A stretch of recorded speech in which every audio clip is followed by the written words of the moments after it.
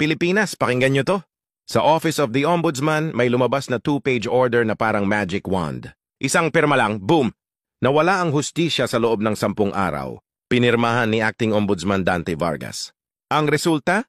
Kanselado lahat ng docket numbers o case numbers ng mga reklamong naisampa mula September 7 hanggang 16, 2025. Alam mo ibig sabihin noon? Pag walang docket number parang walang kaso. Balik sa evaluation. Walang investigasyon. Walang laban. Ang unang tinamaan? Si Mayor Baste Duterte nag-file ng kaso noong September 15 laban sa mga opisyal na nangidnap kay dating Pangulong Duterte. Pero dahil sa utos ni Vargas, wala na. Reset lahat. Tapos si DPWH Secretary Vince Dizon nagreklamo sa mga opisyal sa Bulacan dahil sa ghost flood control projects na bilyon ang halaga. Nag-file noong September 11. Guess what? Wala na din. Ang resulta? Lahat ng opisyal na dapat imbestigahan, cleared na! Ang hustisya? Nakatingin na lang sa langit!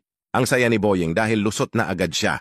Oy Vargas, ang tanda mo na pero di mo pa kaya gumawa ng tama. Sa isang memo, tapos agad lahat ang mga kaso, justice delayed is justice denied.